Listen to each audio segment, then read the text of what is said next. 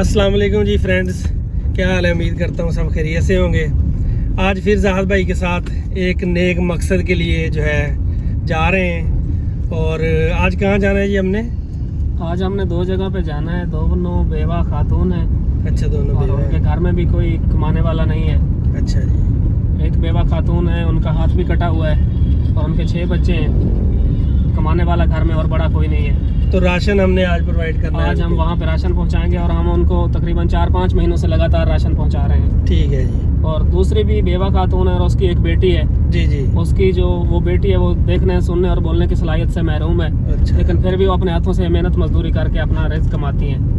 तो आज हम उनकी तरफ जाएंगे इंशाल्लाह। चलें जी, ठीक है जी। वीडियो देखिएगा आप, इंशाल्लाह हम लोगों की जो है आप लोग भी सपोर्ट करें जितनी कर सकते हैं। जितनी हम कर सकते हैं वो हम कर रहे हैं। ज़ाहद भाई ऑलरेडी जो है बहुत ज़्यादा कर रहे हैं लोगों के लिए। शुक्रिया जी।